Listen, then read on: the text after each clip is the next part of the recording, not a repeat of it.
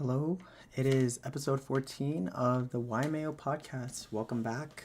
I'm Joemer if you are new, and if you're not new, then welcome back to another YAP session. And you either learn something or you fall asleep in the process. Hopefully, I do my best so that you guys can learn something, or maybe even I learned something. I'm trying to figure out life at the age of 27, and so I'm still figuring things out. I'm still learning from other people and just kind of sharing my own thoughts.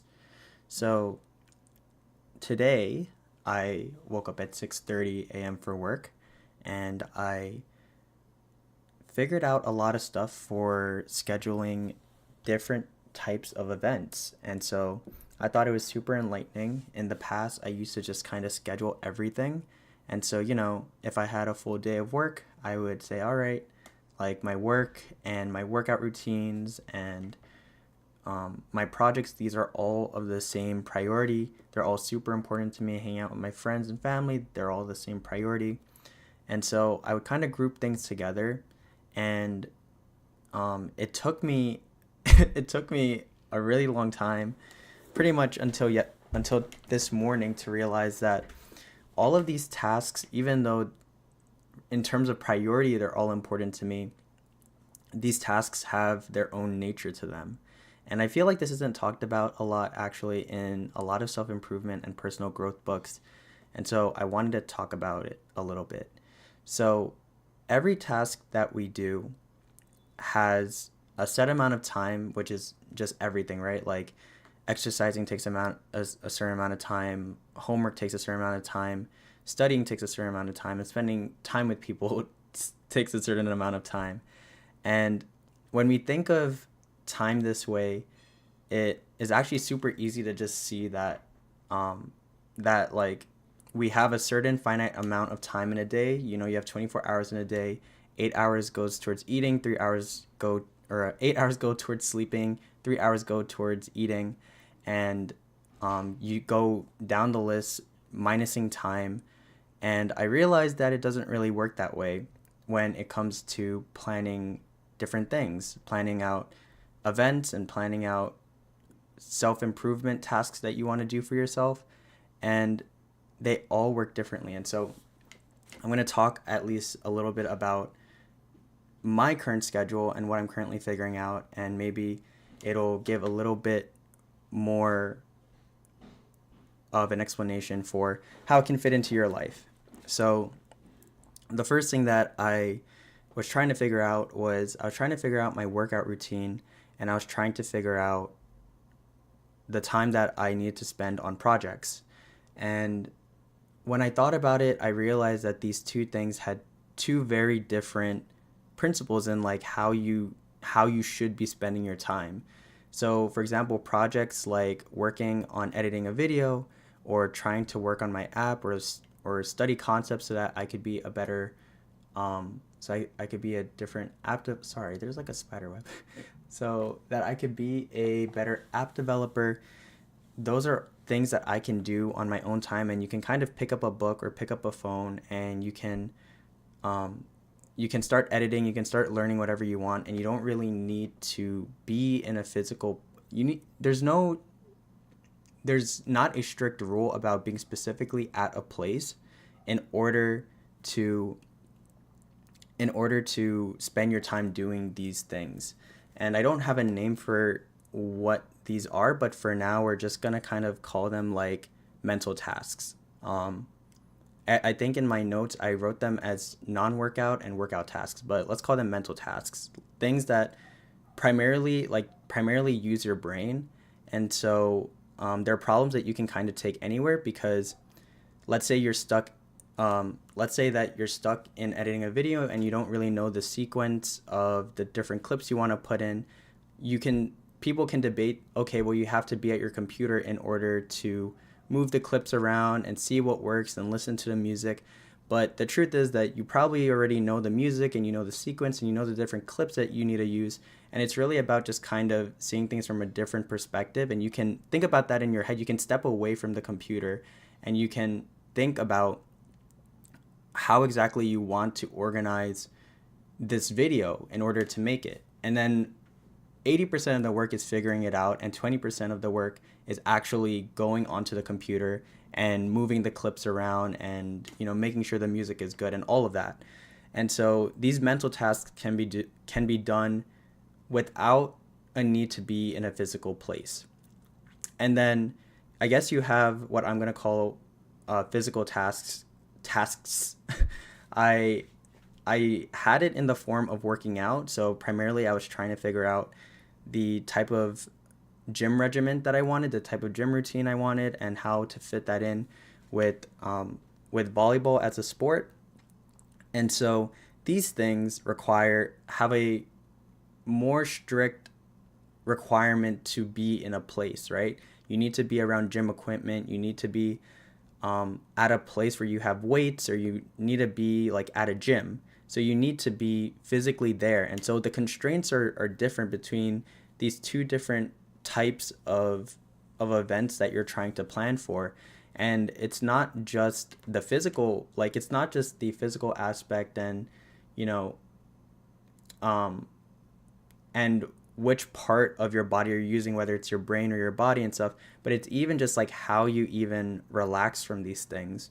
Like mental tasks, maybe you like stepping away from things mentally just means like moving on to something else, and stepping away physically in order to recover from workouts is physically removing yourself from the situation. And so they're the same in principle.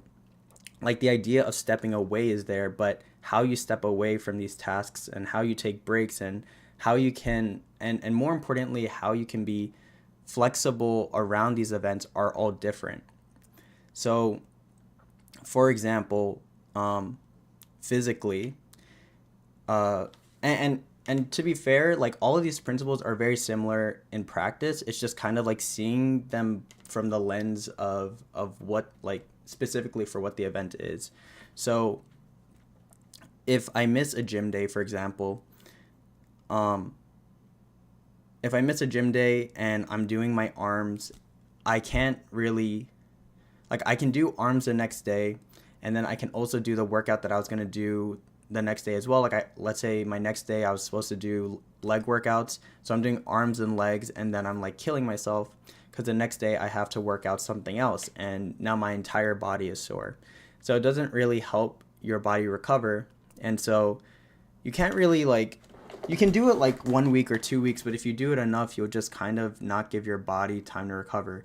And in the same sense, if you do that mentally, then you also don't recover from a sense of like being mentally drained. So you end up having two different types of exhaustion. You have like physical exhaustion and mental exhaustion. And these things are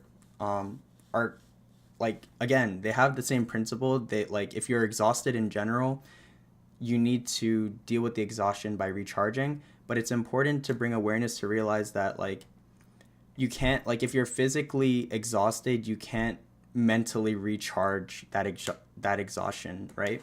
And so like if you, like for example, like if you are physically worn out, like you're so physically sore, and mentally recharging is to go into a park, like going into a park isn't going to help your physical soreness. So I guess the idea is that whenever you're dealing with events and you're dealing with moving events or rescheduling events, you have to kind of take everything into account, rather than just kind of seeing it as seeing an event as just an event with a certain amount of time that you're rescheduling. Lots of times, and including myself, like I'm also guilty of this, but like whether it's the gym or whether it is working on editing a video or doing something for a friend or family, like if it's an hour, I'll say, okay, like this should take an hour to do, so I'm just going to move the hour, like I'm just going to move the hour. But it's not so easy to move an hour in either aspects. And making up the time can be done easier with mental tasks, but lots of times it isn't exactly as easy physically. So physically, like if you lose the time, like if you don't get your workout in for the day, oftentimes like that workout should just kind of be seen as a recovery day, like another recovery day. There's nothing bad about it. There's a bunch of studies that say that if you miss a day in the gym, it's not going to hurt your progress. And if you're going 5 times a week for the most part, then like you'll be okay. And so physically, like um, physical events have less leniency to be rescheduled. And if you try to reschedule it, you'll end up just kind of like making the problem worse. Like you'll agitate the problem and you'll just keep being more and more behind. If you miss a day, some people might say, okay, like, it's actually doable. Like if I'm doing triceps one day and biceps the next, and you miss one day, so one day you just do both of them. Some people are okay with that, but I think that the biggest problem with that is it's just not good to make it a habit, I guess. And in the same sense, it's like the same. It's like taking into account like how far you're set back is also important. Like if you're only missing a day, then okay. If you went out on a weekend trip and you missed 3 days of working out, like obviously that's a little bit harder.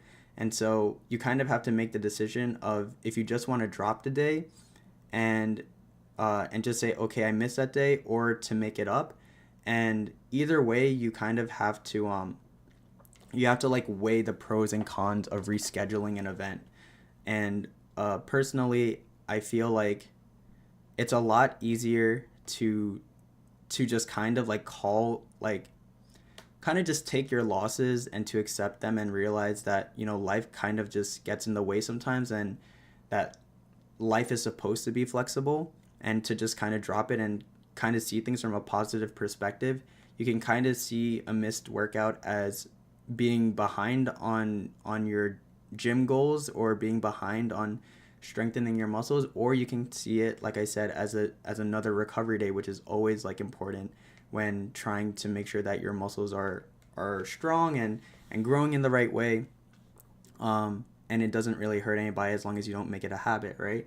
Like that's kind of the thing that I think a lot of self-improvement personal growth books make. They always talk about habits. They always talk about making your habits and how long habits take to form, but they never really go into the intricacies of why habits are important, and kind of like the reason why consistency is so good to have.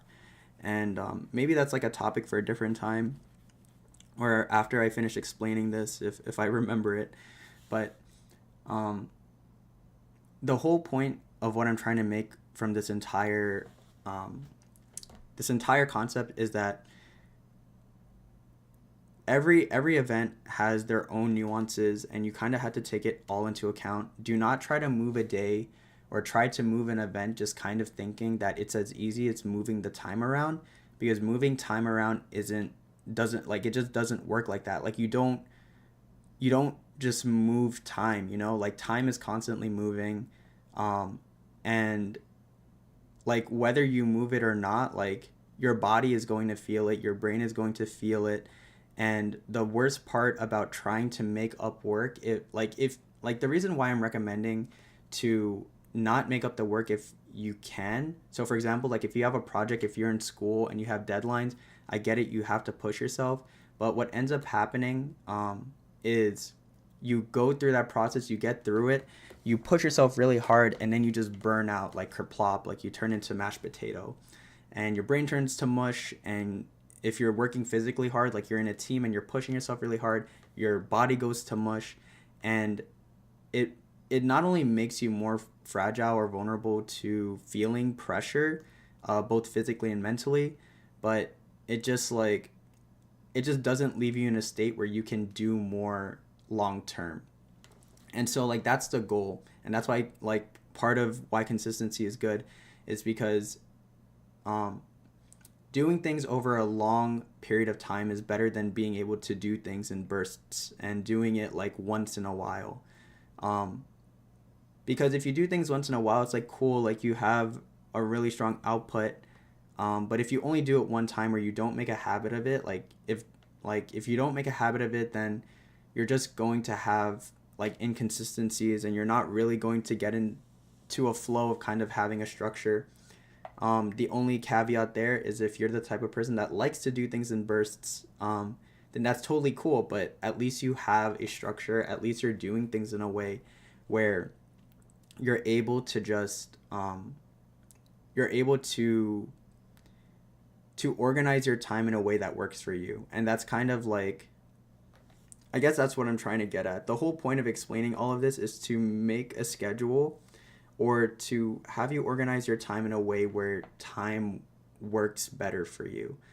And I find, at least from the past, what I felt is that time never really worked on my side. I felt like for a really long time.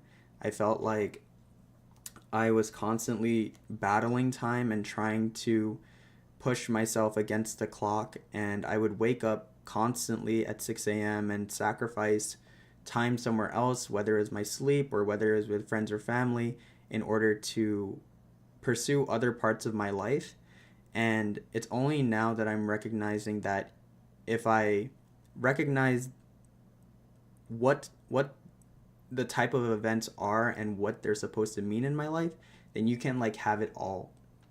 Like, for example, Atomic Habits is probably the biggest book about habits and trying to manage your time properly and bringing priority. And they talk about habit stacking, which is essentially the practice that you should be doing things, you should be doing habits that kind of go together.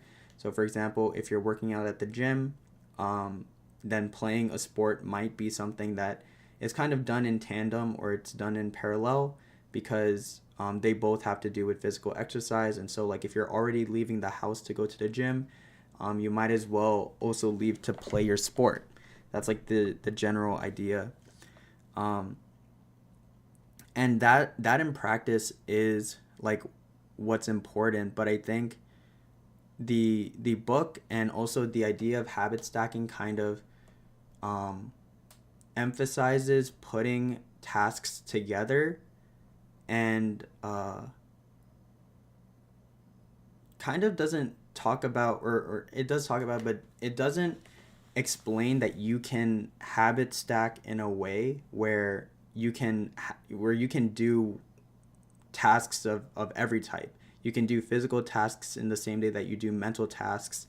And I find that when people set out goals, and when I set out goals, like if I have a gym day, I'll just say, okay, like I'm already happy if I go to the gym today, I already worked out. And if I get back home and I'm tired, then that's totally okay, because at least I did something that day. And that's cool. It's great. And, you feel rewarded, which is fine. But for my overachievers out there, or the people that are trying to push the limits and you're trying to figure out, like, why don't I have time for things? Or even when I have time for things, why do I feel so drained? And why do I feel like I can't do it? This is more for those people. So at the same time that we have 24 hours of time, and we have the same 24 hours every single day, it's not as easy to say that we have the same energy every day. And every day we wake up, depending on how we sleep, depending how we wake up, depending the mood we're in, we have different energy levels. And that is something that is just not talked about in habit books and consistency and self-growth. And it's totally okay. It's not even talked about to talk about how it's okay to have a certain level of energy. And it's definitely not talked about to realize how you should be operating throughout your day, or towards the end of your day, especially if you have a certain energy level. So for example, if you work out and you're feeling great and you're still awake, then you can obviously do a lot more than if you finish a workout and you're really tired and you don't have the energy to work on things. The truth is, like, if we're really breaking it down, it's lots of times it's not that you don't have the energy to do whatever you wanted to do after your workout. The correct statement would be that you don't have enough energy to do what you normally do, or you don't have enough energy to do the goal or the task that you wrote down on your planner or that you wrote down for your schedule. So Um, so in those days, it's important to just balance out, or to do less when you have less energy. In the same way where if you're working out and you're out of it, like your muscles are sore and you can't handle as much weight as you normally do, or maybe you're just tired and you don't have enough, like you just don't physically feel good, you carry less weight or you do less reps. Like you really shouldn't push your body or else you're going to get hurt. In the same way, you have to do that mentally. And I feel like, if most people are either in tune with one or the other. Lots of people get into sports and athleticism and they draw a lot of lessons and they bring those lessons into how they exercise. And other people will be more centered around their mental strength and focus more on academics and studying and do really well when it comes to mental tasks. And there are I feel like there are less people that are kind of ambidextrous in a way, where they understand um, that both sides have similar principles, like I've been saying, and that you can actually share them in between each other and find the parallels, like I've been talking about this entire episode, very, very easily. And so, um, in the same context, people will struggle with the opposite. So people who are really great at exercising and aren't aware about bringing certain principles into their mental work will really enjoy doing sports, but then will be really bored when they sit down at a desk and they have to focus on things. And so it's kind of like, I think that if we're able to balance um, if we're able to balance our perspectives and bring those lessons in for either side, and you take the other things that we talked about through this episode, then it'll actually be super, super helpful towards managing your time a lot better. Um, Everybody is already managing time a certain way, and at the same time everybody still complains about how it's hard to manage their time. And it's like everyone asks, like, I wonder why. That is why. And I think the biggest component is the things that we talked about with energy. It is why the school system, in my opinion, isn't the best format or structure to learn. It is why when you leave school, the way to learn things is completely different and a lot more enjoyable and a lot more rewarding and feels better. It's because school just doesn't, any regulated system, not even just schools, just any regulated system of learning, goes against how life works. It goes against how humans work, because we are not robots. We do not have the same output every single day. We cannot do the same thing every single day and expect nothing to change. Even if by the grace of God you are just that person, you are just him, her, that person that can just bust everything out. You're a great academic, you're a great athlete, and you bring, like, you're perfect. You bring both sides together. The weather will change. Your external environment will change. Your school will change. Your like people's lives will change. Your friends will change. Everything will change. And so even if you have things internally figured out, your external environment will change. And the whole point of talking about this, with energy in particular, that's internal change. But and we didn't, and I kind of explained external change, but the point is that change happens and life fluctuates. And so it is almost ludicrous to say that we can come up with this robust robotic schedule that we can do every single day without a doubt when life changes so much. Your workload changes every day. Who you hang out with changes every day, and how much you hang out with those people change every day.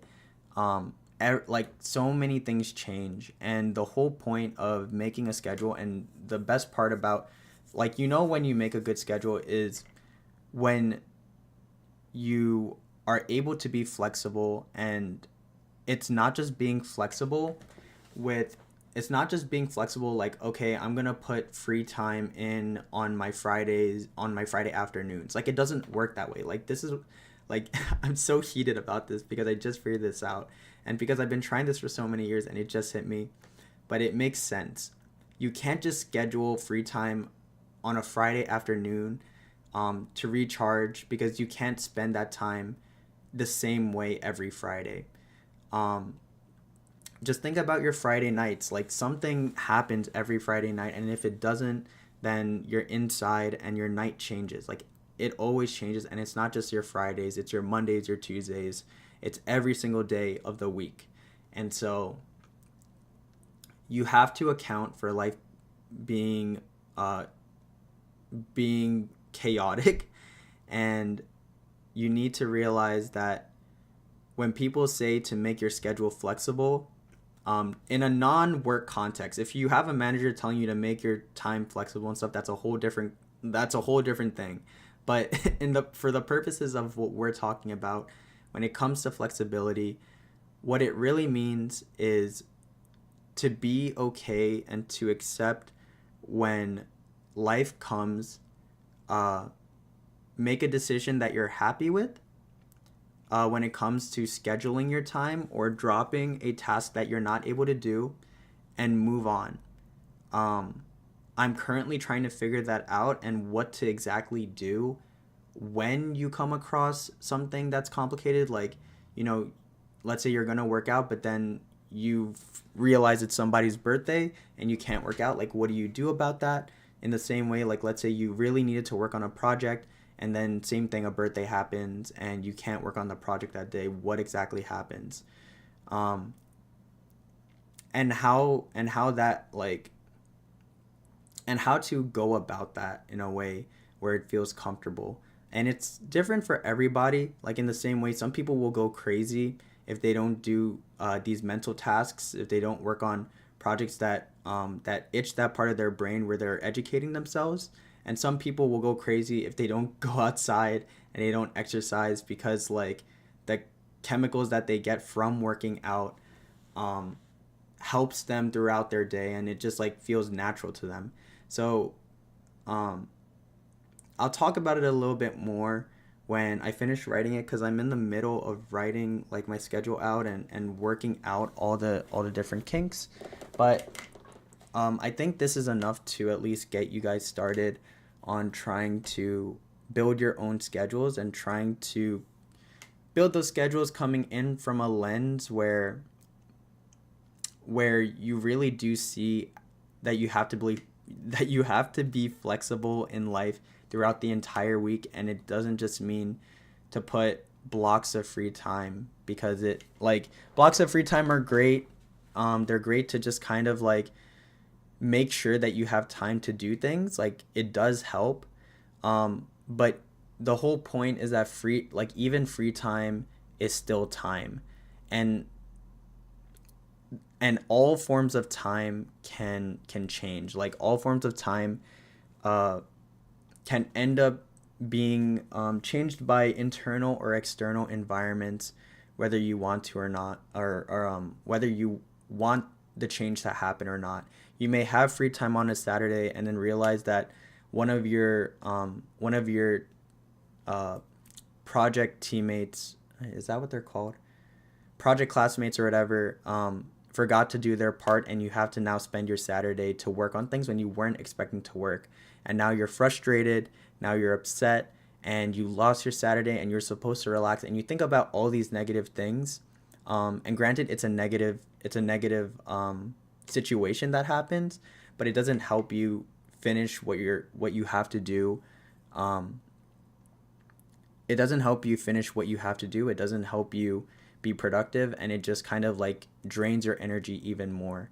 But if you learned to find a way to have a more optimistic perspective, I guess in this case, I probably wouldn't find something optimistic. I would probably just tell myself, like, okay, I'm pissed off, but I'll just report it to my professor afterwards. But right now, like, I need to finish this because it's my grade on the line now. That's probably where I would go. But at least I direct the emotions and I direct my energy towards putting things on a shelf that need to be put on a shelf, and it allows me to deprioritize things that don't matter, and it allows me to reprioritize what I actually need to do, and it lets me get through the frustration at least enough to finish the project in this specific scenario, right? But that is the general idea.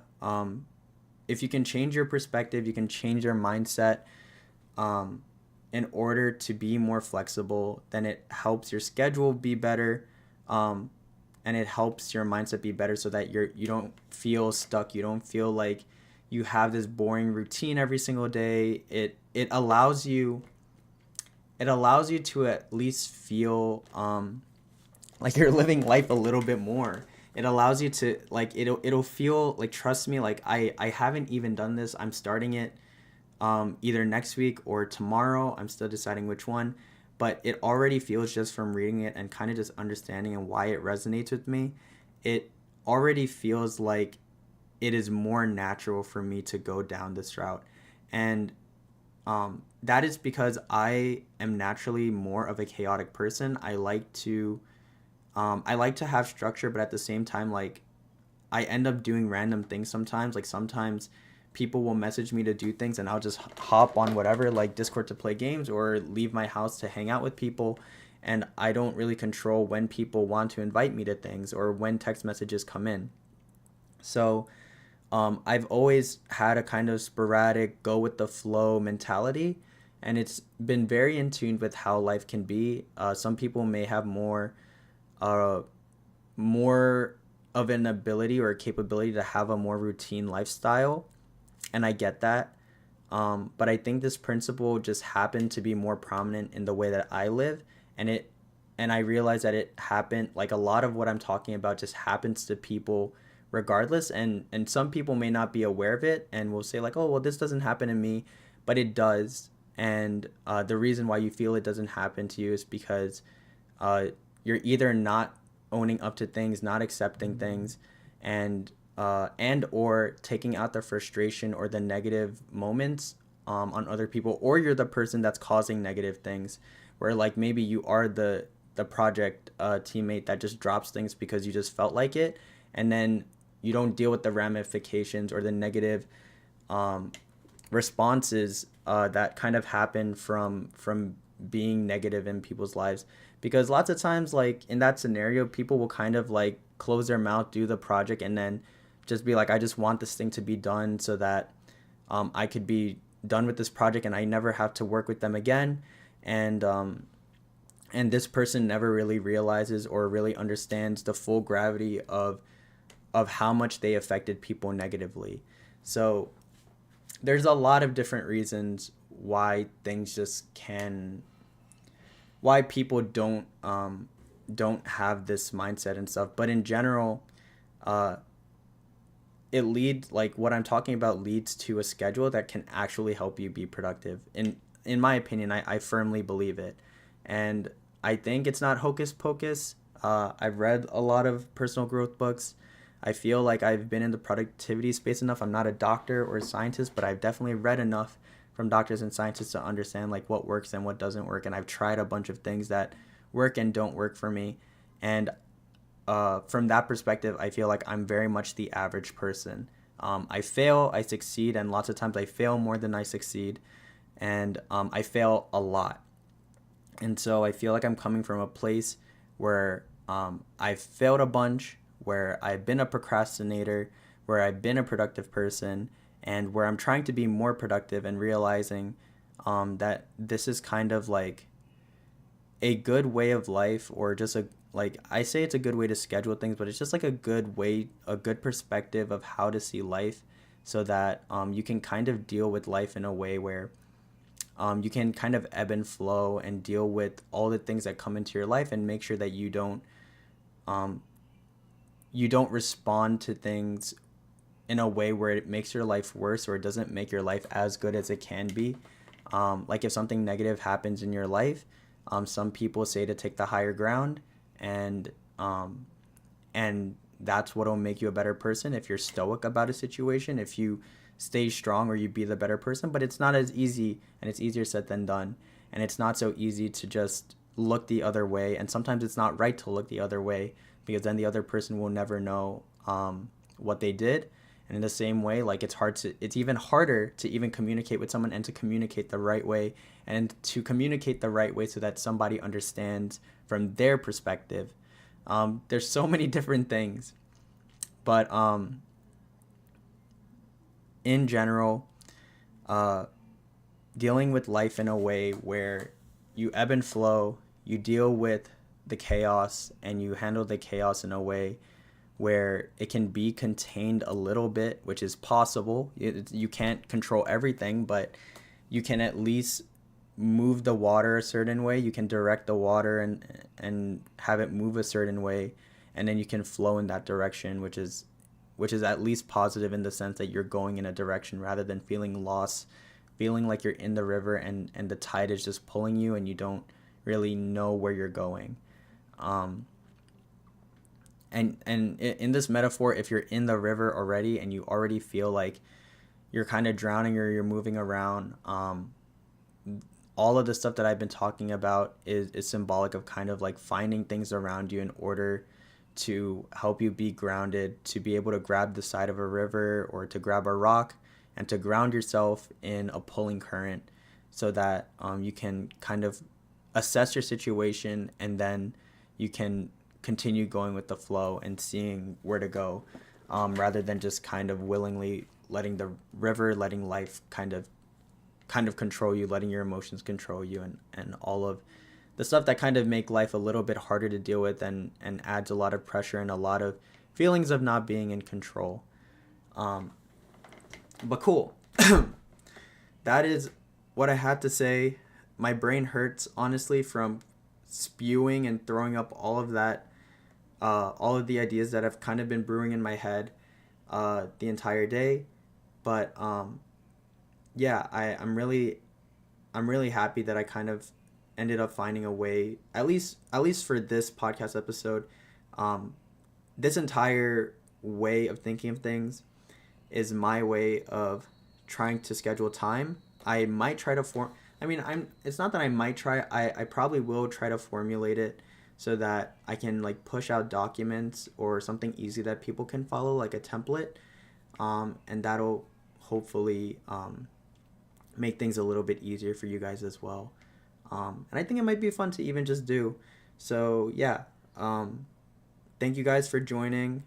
Kelvin, I see that you joined the podcast. Sorry, I'm still not used to posting about when I'm gonna go live, and I probably should get into the habit.